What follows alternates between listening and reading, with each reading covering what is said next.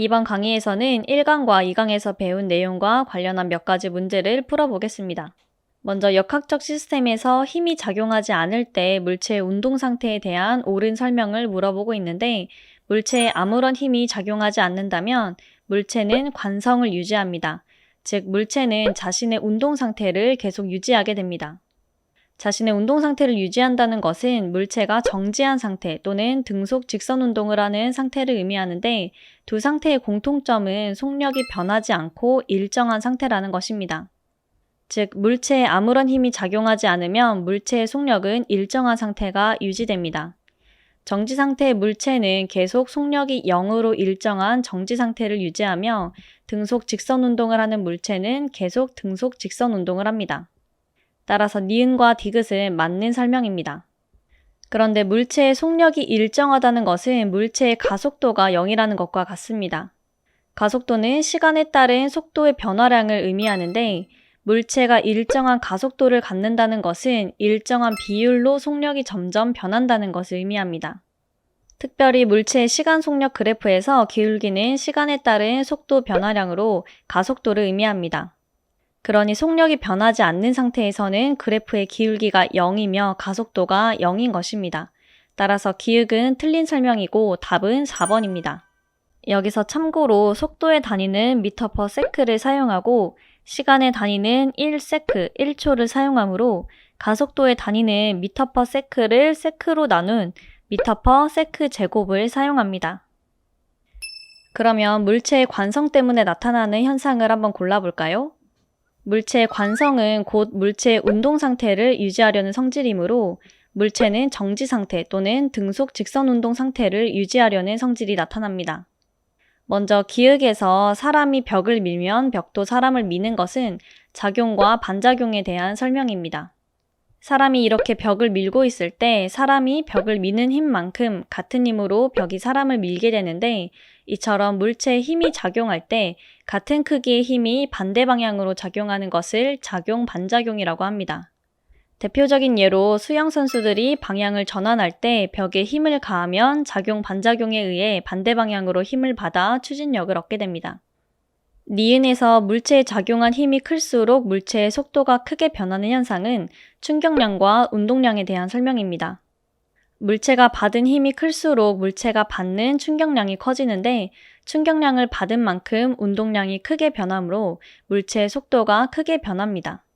디귿에서 식탁볼을 갑자기 당기면 식탁 위에 그릇이 끌려오지 않는 현상은 식탁 위에 정지해 있던 물체가 계속 정지 상태를 유지하려는 관성 때문입니다. 식탁볼을 기술적으로 빠르게 빼내면 물체는 관성으로 인해 제자리에 있게 됩니다. 마지막으로 리을에서 운동 중인 버스가 급정거하면 버스 안에 있는 사람이 앞으로 쓰러지는 현상도 관성으로 인한 현상입니다. 운동 중인 버스에 있는 사람은 앞으로 계속 운동하는 중인데, 갑자기 급정거하면 계속 운동하려는 성질 때문에 몸이 앞으로 쏠리게 됩니다. 일정한 높이에서 사과를 가만히 놓아 떨어뜨릴 때 사과의 운동에 대한 설명으로 옳은 것을 골라봅시다. 공기저항을 무시할 때 물체는 중력의 영향만을 받으며 아래로 떨어지는 자유낙하 운동을 합니다. 이때 물체에 작용하는 중력의 크기를 구하는 식에서 중력상수 G와 지구의 질량 M과 지구의 반지름 R을 대입하면 어떤 물체에 작용하는 중력의 크기는 9.8 곱하기 물체의 질량이라는 간단한 식이 됩니다.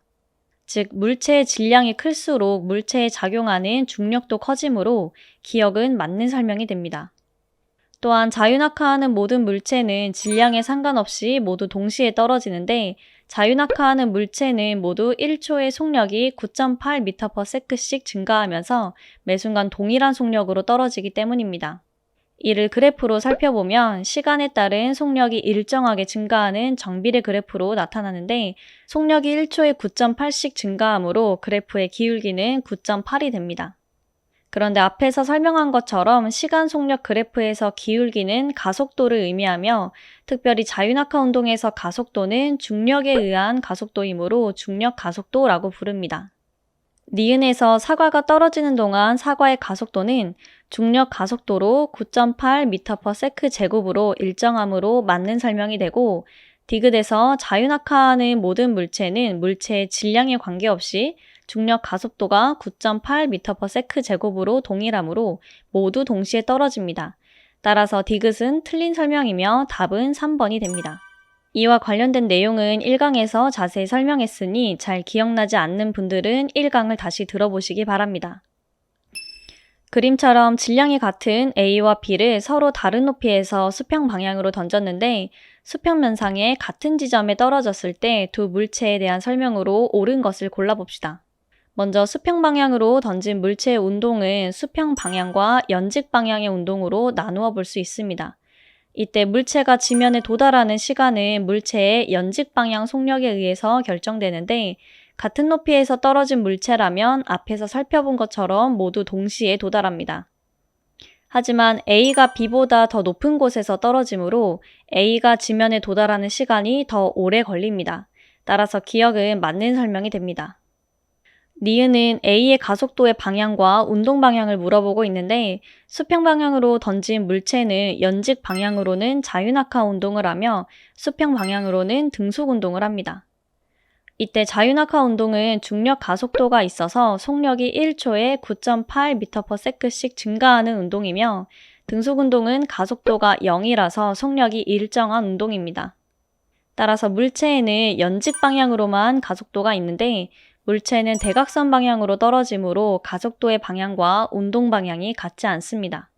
마지막으로 디귿에서 A와 B를 던진 속력을 물어보고 있는데 두 물체를 던진 속력을 어떻게 비교할 수 있을까요?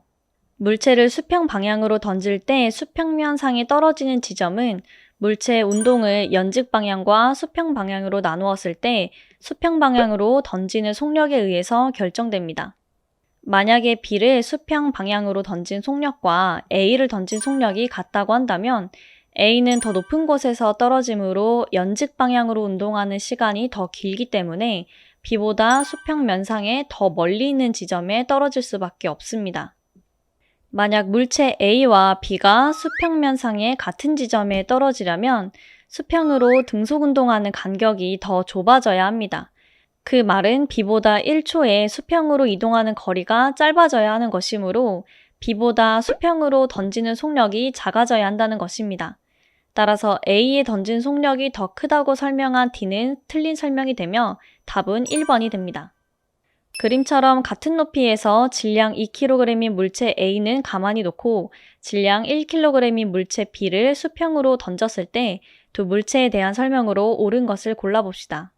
공기저항이 없을 때 공중에서 가만히 놓은 물체 A는 자유낙하 운동을 하며 수평으로 던진 B는 비스듬히 떨어지는데 연직 방향으로는 자유낙하 운동을, 수평으로는 등속 운동을 한 것입니다. 이때 자유낙하하는 모든 물체는 1초의 속력이 9.8m/s씩 증가하며 여기서 9.8은 중력 가속도인데 중력 가속도 9.8을 계산하기 쉽게 10으로 주기도 합니다. 이 문제에서도 물체 A가 10m/s 제곱의 가속도로 낙하했다고 제시되어 있는데 이는 중력에 의한 가속도가 10이라는 것과 같은 말입니다. 물체 A는 자유낙하 운동을 하며 물체 B도 연직 방향으로는 자유낙하 운동을 하기 때문에 A의 속력과 B의 연직 방향 속력은 몇 초마다 9.8m/s씩 동일하게 증가합니다. 따라서 지면에 닿는 순간의 A의 속력과 B의 연직 방향 속력은 같으므로 기억은 맞는 보기입니다. 보기 니은에서 B에 작용하는 중력의 크기를 물어보고 있는데 어떤 물체에 작용하는 중력의 크기는 중력 가속도 9.8에 물체의 질량을 곱한 것과 같습니다. 물체의 질량이 변하지 않는다면 물체에 작용하는 중력의 크기도 변하지 않고 일정하므로 니은은 맞는 보기입니다. 보기 디귿에서는 A와 B에 작용하는 중력의 크기를 물어보고 있는데 물체에 작용하는 중력의 크기는 질량에 비례하므로 질량이 2kg인 물체 A에 작용하는 중력의 크기가 더 큽니다. 따라서 보기 디귿은 틀린 설명이 되며 답은 3번입니다. 참고로 물체에 작용하는 중력의 크기가 질량에 비례하기 때문에 자유낙하하는 모든 물체는 질량에 관계없이 동시에 떨어집니다. 아직 이 부분이 이해되지 않는다면 1강의 내용을 다시 보시기 바랍니다. 수평으로 던진 물체 운동과 관련해서 뉴턴의 사고실험과 관련된 내용이 종종 등장합니다. 사고실험이라는 것은 뉴턴이 생각만으로 실험을 했다는 것인데 그 내용은 그림처럼 어느 지점에서 지표면과 나란하게 물체를 V의 속도로 던지면 지구를 한 바퀴 돌아 처음 위치로 돌아오게 할 수 있다는 것입니다. 이게 도대체 무슨 말일까요? 물체를 수평 방향으로 던지면 중력에 의해서 비스듬히 떨어집니다.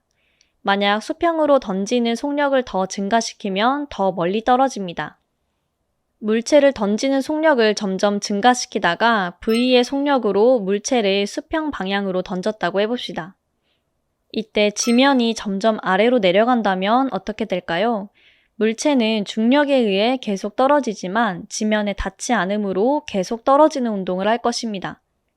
지면이 계속 아래로 내려가면 결국 동그란 구와 같은 형태가 되며 물체는 처음 던져진 자리로 돌아옵니다.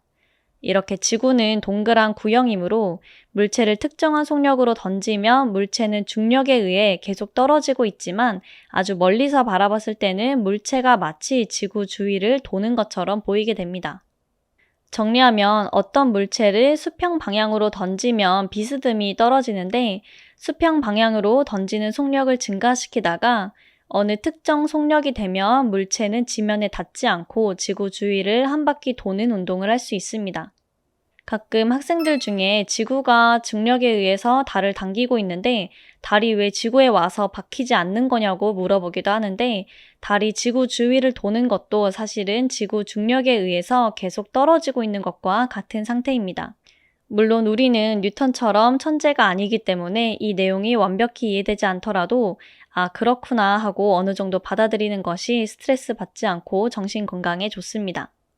이에 대한 보기 내용을 하나씩 살펴보면 기획에서 속도를 EV로 던지면 한 바퀴 도는 시간이 더 짧아지는지를 물어보는데 속도 V로 던졌을 때 지구 주위를 한 바퀴 도는 운동을 한다면 V보다 작은 속도로 던지면 지면에 닿게 되고 V보다 큰 속도로 던지면 지구의 중력을 벗어나서 날아가게 됩니다. 따라서 기획은 틀린 설명입니다. 니은에서 물체에 작용하는 중력은 항상 9.8 곱하기 물체의 질량으로 물체의 질량이 변하지 않으면 그 물체에 작용하는 중력의 크기도 일정합니다. 따라서 니은은 맞는 설명입니다. 디귿에서 물체가 한 바퀴 도는 동안 지표면과 수평한 방향의 속력을 살펴보면 수평 방향으로 던진 물체는 연직 방향으로는 속력이 증가하는 자유낙하 운동을 하지만 수평 방향으로는 속력이 일정한 등속 운동을 합니다. 지구 주위를 한 바퀴 도는 물체도 수평 방향으로 던지는 속력을 증가시켰을 뿐이지 처음 던진 수평 방향의 속력을 계속 유지하며 등속 운동하는 것은 동일합니다. 따라서 디귿은 맞는 설명입니다. 그림은 마찰이 없는 수평면에서 질량 2kg인 물체 A가 B를 향해 4m/s의 속력으로 운동하는 모습을 나타낸 것이고 오른쪽 그래프는 A와 B가 충돌할 때 B가 받은 힘의 크기를 시간에 따라 나타낸 것입니다. 이때 충돌 과정에서 A가 받은 충격량은 얼마일까요? 두 물체가 서로 충돌할 때 A가 받은 충격량은 B가 받은 충격량과 같습니다. B가 받은 충격량은 그래프를 통해 알 수 있는데 2강에서 설명한 것과 같이 충격량은 물체가 받은 힘과 시간을 곱한 것과 같습니다. 따라서 시간과 힘 그래프에서 그래프 아래의 면적은 물체가 받은 충격량을 의미합니다. 그래프 아래의 면적이 3Nm/s라고 제시되어 있으므로 A가 받은 충격량은 3Nm/s가 됩니다.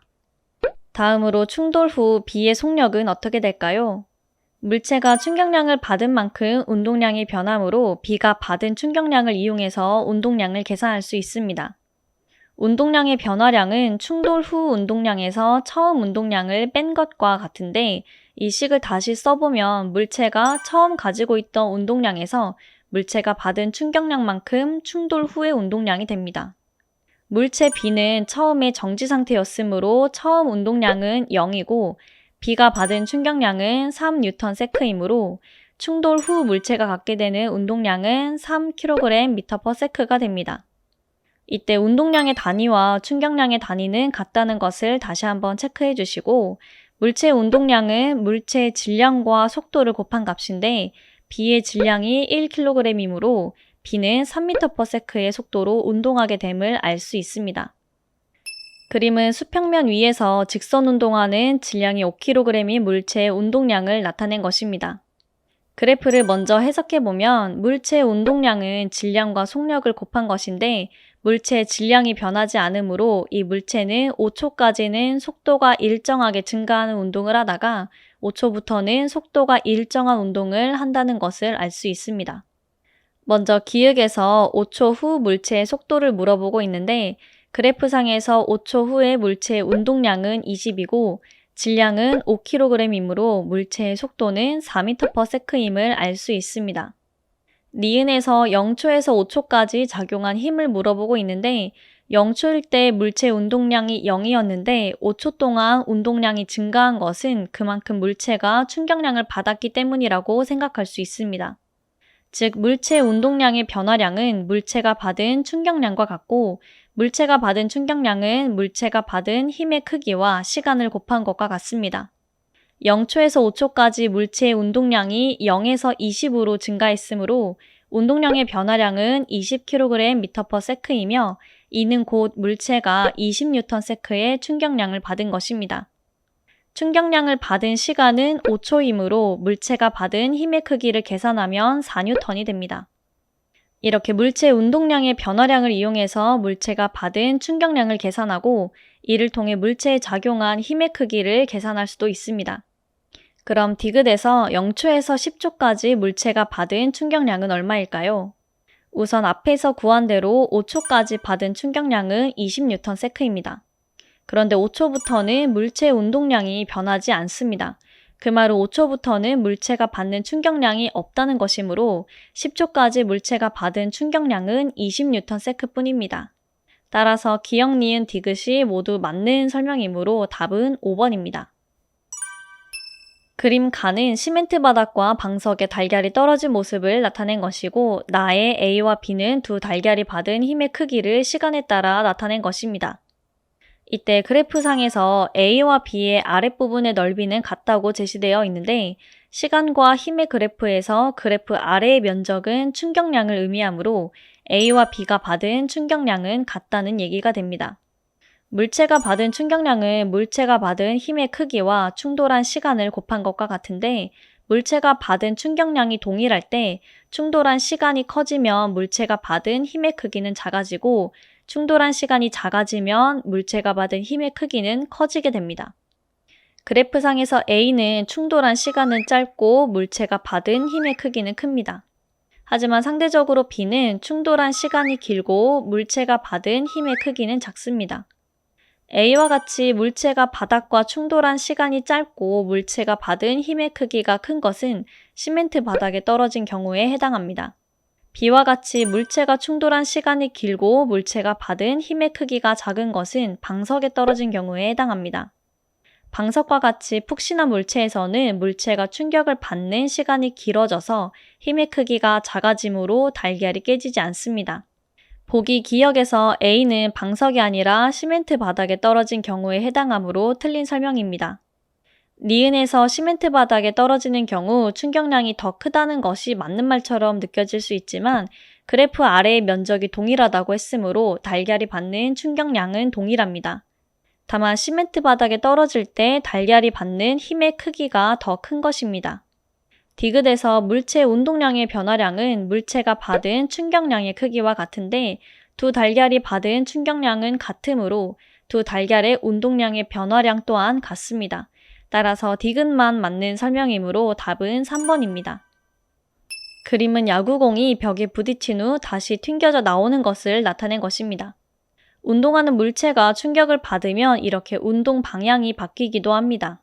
운동 방향이 바뀌는 경우에는 운동량을 계산할 때 방향을 고려해야 합니다. 운동량은 질량과 속도를 곱한 것인데 속력과 속도의 차이를 간단히 설명하자면 속력은 방향에 관계없이 물체의 빠르기만 나타낸 것이라면 속도는 방향을 포함하여 물체의 빠르기를 나타낸 것입니다. 물체에서 V의 속력 0.5V의 속력으로 나타낸 것은 물체의 운동 방향에 관계없이 물체의 빠르기만 나타낸 것이지만 벽에 부딪히기 전과 후에 물체의 운동 방향이 바뀌었으므로 이 경우 속도는 충돌 전과 후에 부호가 달라집니다. 예를 들어 충돌 전과 후의 속도를 나타내보면 충돌 전에 오른쪽으로 운동할 때의 속도가 V이고 충돌 후에 왼쪽으로 운동할 때의 속도는 마이너스 0.5V인 것입니다. 속도를 이용해서 물체의 운동량을 계산해보면 충돌 전에는 플러스 mv, 충돌 후에는 마이너스 0.5mv의 운동량을 갖는다고 나타낼 수 있습니다. 여기서 플러스와 마이너스의 부호는 양수, 음수의 개념이 아니라 물체의 운동 방향이 서로 반대임을 나타내는 것입니다. 기역에서는 운동량의 크기를 물어보고 있는데 크기는 운동 방향에 관계없이 물체가 가진 운동량의 크기를 물어보는 것이므로 운동량의 부호를 뺀 절대값을 물어보는 것입니다. 따라서 운동량의 크기만 비교했을 때는 충돌 전이 더 크므로 기역은 틀린 설명이 됩니다. 니은에서는 운동량의 변화량의 크기를 물어보고 있는데 운동량의 변화량은 충돌 후 운동량에서 충돌 전 운동량을 뺀 것과 같습니다. 충돌 후 운동량은 마이너스 0.5mv이고 충돌 전에는 mv이므로 충돌 후에서 충돌 전 운동량을 빼면 마이너스 1.5mv가 됩니다. 여기서 마이너스는 운동 방향을 나타내는 것이므로 운동량의 변화량의 크기는 부호를 뺀 1.5mv가 됩니다. 따라서 니은은 틀린 설명이 됩니다. 만약에 운동량의 부호를 고려하지 않고 충돌 후를 0.5mv로 충돌 전을 mv로 계산하면 운동량의 변화량은 마이너스 0.5mv가 나와서 그 크기는 0.5mv가 맞는 것처럼 보이게 됩니다. 하지만 운동 방향이 바뀌는 경우에는 절대 이렇게 계산하지 않도록 주의해야 합니다. 마지막으로 디귿은 야구공이 벽에게 받은 충격량의 크기를 물어보고 있는데 물체가 받은 충격량은 곧 물체의 운동량의 변화량과 같으므로 1.5mv가 맞습니다. 따라서 답은 3번입니다. 오늘 문제를 풀어보면서 개념 강의에서 다루지 않는 내용들도 몇 가지 설명했는데 문제풀이 과정 중에서 이해되지 않는 내용들이 있다면 1강과 2강의 개념 강의를 한 번 더 듣고 문제를 풀어보시기 바랍니다.